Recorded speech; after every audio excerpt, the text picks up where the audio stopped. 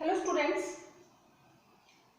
आज का हमारा टॉपिक है simple average of price relatives method. Index number को कंस्ट्रक्ट करने का एक मेथड हम पिछली क्लास में कर चुके हैं, सिंपल एग्रीगेटिव मेथड। नेक्स्ट जो हमारा मेथड है वो है simple average of price relative method. इस मेथड से प्राइस इंडेक्स कंस्ट्रक्ट करने के लिए सबसे पहले हमें फाइंड आउट करना है price relative of each commodity, यानी कि जितनी भी कमोडिटीज हमें गिवन है सभी कमोडिटीज का सबसे पहले हम प्राइस रिलेटिव फाइंड आउट करते हैं। उसके बाद जो भी प्राइस रिलेटिव की वैल्यूज हमने फाइंड आउट की हैं उनका हम सिंपल एवरेज फाइंड आउट करते हैं। तो सबसे पहला जो स्टेप हमारा है वो हमारा है प्राइस रिलेटिव फाइंड आउट करना, और प्राइस रिलेटिव फाइंड आउट करने का हमारा जो फॉर्मूला होता है वो हमारा होता है P1 अपॉन में P0 इंटू 100। तो सभी वैल्यूज का हम पहले प्राइस रिलेटिव निकालते हैं, उसके बाद हम इसका सिंपल एवरेज फाइंड आउट करते हैं, यानी कि जो भी हमने प्राइस रिलेटिव की वैल्यूज फाइंड आउट की है सभी कमोडिटीज के लिए उनका हम समीशन कर देंगे और डिवाइड कर देंगे n से। इसको हम एक न्यूमेरिकल की हेल्प से समझते हैं। ये हमें कमोडिटीज गिवन है, wheat, ghee, milk, rice and sugar. ये हमें प्राइसेस गिवन है 2011 के, और ये हमें प्राइसेस गिवन है 2019 के। जो हमारा करंट ईयर का जो प्राइस होता है उसको हम P1 अज्यूम कर लेते हैं, और जो हमारा बेस ईयर के जो भी प्राइसेस है उसको हम P0 मानते हैं।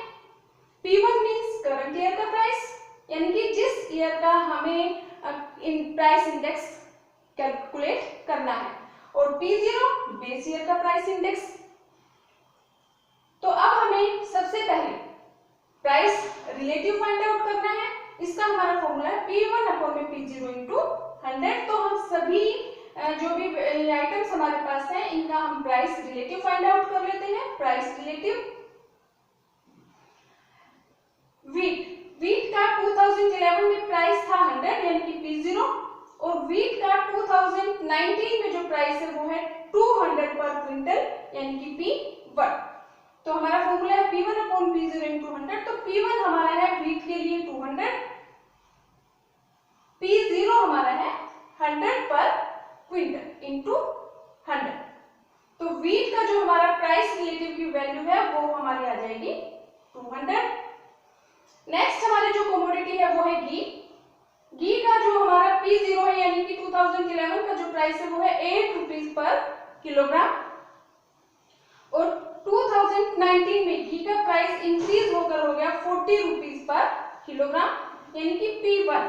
तो घी के लिए जो हमारा P1 है वो हमारा है 40 डिवाइडेड बाय P0 यानी कि बेस ईयर का पिछले साल का जो प्राइस है 8 इंटू 100। तो घी का जो हमारा प्राइस रिलेटिव की वैल्यू आएगी वो हमारी आ जाएगी 500। ऐसे ही नेक्स्ट हमारी जो कमोडिटी है मिल्क। मिल्क का जो प्राइस हमें जो हमारा बेस ईयर का जो प्राइस है वो है 2 रुपीज पर लीटर, ये हमारा P0 है, और 2019 में मिल्क का प्राइस इंक्रीज होकर हो गया 16 पर लीटर, 16 रुपीज पर लीटर। तो इसका जो प्राइस रिलेटिव आएगा वो हमारा आएगा P1 यानी कि करंट ईयर का जो प्राइस है अपॉन बेस ईयर का प्राइस यानी कि P0 2 इंटू 100 800। राइस का जो प्राइस था बेस ईयर का यानी कि 2011 का वो था 200 रुपीज पर क्विंटल। 2019 में राइस का प्राइस इंक्रीज होकर हो गया है 800 रुपीज पर क्विंटल। तो P1 करंट ईयर का जो प्राइस है 800 P1 अपॉन में P0 बेस ईयर का प्राइस 200 इंटू 100 400। राइस का जो प्राइस रिलेटिव हमारा है वो हमारा है 400। उसके बाद नेक्स्ट हमारी कमोडिटी है शुगर।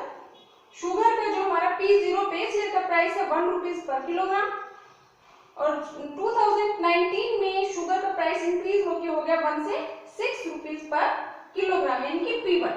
तो P1 की वैल्यू हमारी है 6, P0 की वैल्यू हमारी है 1, इंटू 100, ये हमारा आ गया 600। तो फर्स्ट स्टेप हमारा हो गया, यानी कि जितनी भी कमोडिटीज हमें गिवन है उन सभी का हमने प्राइस रिलेटिव फाइंड आउट कर लिया है। अब नेक्स्ट स्टेप हमारा है, जो भी हमने प्राइस रिलेटिव की वैल्यूज फाइंड आउट की हैं इनका हमें समीशन करना है। समीशन P1 अपॉन में P0 इंटू 100। तो इसकी वैल्यू हमारे पास आ जाएगी 200 प्लस में 500 700, 700 प्लस में 800 1500, 1500 प्लस में 400 1900, 1900 प्लस में 600 2500। यानी कि ये हमारा पहला स्टेप हो गया है प्राइस रिलेटिव। अब नेक्स्ट स्टेप हमारा है सिंपल एवरेज फाइंड आउट करना।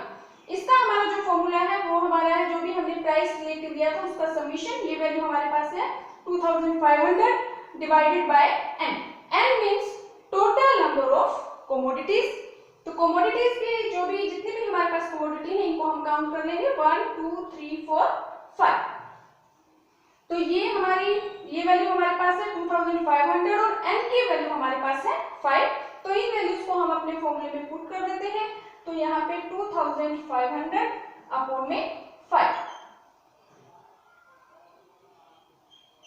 तो P01 की हमारी वैल्यू आ गई है 500, यानी कि हमारा जो करंट ईयर का P01 मींस करंट ईयर का हमारा जो एवरेज प्राइस इंडेक्स है उसकी वैल्यू है 500। अब हमें जो भी हमारा बेस ईयर का जो प्राइस इंडेक्स है, बेस ईयर का हमारा जो एवरेज प्राइस इंडेक्स होता है उसको हम 100 अज्यूम करते हैं और अब हम इसका कंपैरिजन करेंगे जो हमारा करंट ईयर का जो एवरेज प्राइस इंडेक्स है वो वैल्यू हमारी है 500। ये हमारा बेस ईयर का प्राइस इंडेक्स है और ये हमारा